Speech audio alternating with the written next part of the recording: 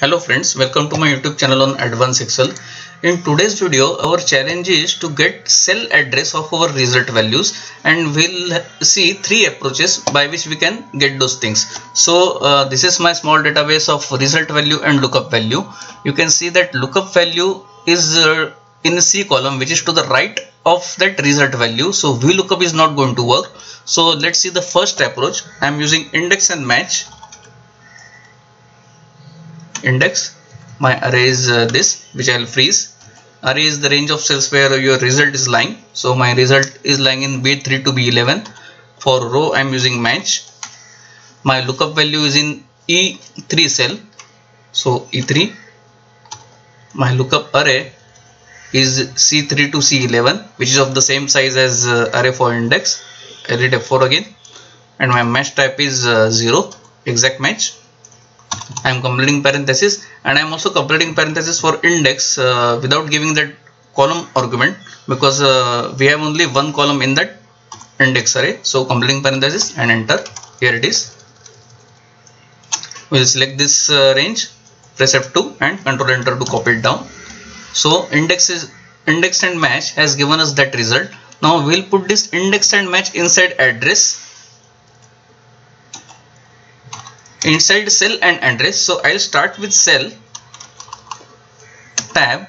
Now we want the relative address of these values. So I am double clicking on this address, comma, and it asks for the reference which is procured by this index and match combo. So I'm coming to end of this function, complete parenthesis and control enter. Here you have. But we want relative cell position or a relative address of those cells like B7, B8. We don't want this dollar to be there. So I am pressing F2 again, and I'll say substitute. My text is this. My old text is dollar. So into inverted commas, dollar, and we want to replace it with nothing. So double quotes, complete parenthesis, control enter. So here we have, and to get rid of this NA which is there, we'll simply add if error, last function if error. So if the result is error, give us non-blank. So double quotes, complete parenthesis, control enter. So this is my first approach. Second approach is the easiest one, and we'll see how. Now we are using offset here. So offset tab. It asks for a reference which is a starting point. I log this reference, that is lookup values column label. For row I am using match to give a relative position of this lookup value. My lookup array, this is my lookup array. I will freeze this, and I want exact match, so 0. And when it comes to column, we want to move one column to the left, so I am giving -1. And height and width arguments are not relevant because we are not dealing with ranges. So I am completing parenthesis for offset and control enter. Again we'll select this entire range, press F2 and control enter. Now we'll put this offset inside row to get the row number of those relevant cells, this result value cell. So row tab, complete parenthesis and enter. So we are having row number, say B7. So here it is, B7. So that 5 times 5, it is in B7. So it's giving us that row number.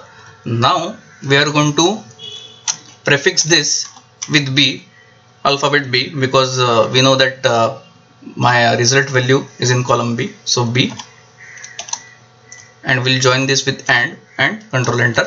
So we have this, and again same thing, if error, come to end of this function, comma, double quotes for giving us blank if that result is an error, and control enter. So this is my second approach. And third approach is equal to index tab, same thing. I'll freeze the range. For row I am using match. Lookup value is this. My lookup array, this range, freeze again, and exact match.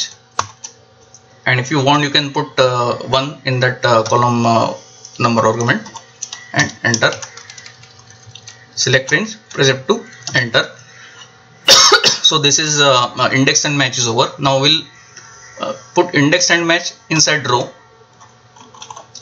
tab, complete parenthesis, enter. Now we'll put this row index and match inside address function. So again F2, I'll say address. Address function asks for all these arguments. So row number is given by all that combination of row, index and match. Coming to column, we know that our result value is in column number B, so 1, 2, so column number 2. Then we want relative cell address, so I am giving 4, and we want it to be in A1 style, so I am giving 1, completing parenthesis and enter.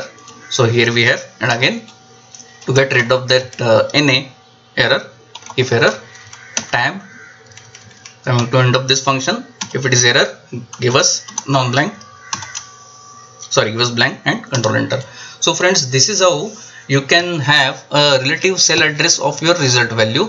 So this brings me to end of this video. If you have liked this video, do give me a thumbs up. Also subscribe to my channel, comment and hit that bell icon to get future updates. And I am leaving a link to this Excel file for you to download and practice upon. Take care. Bye.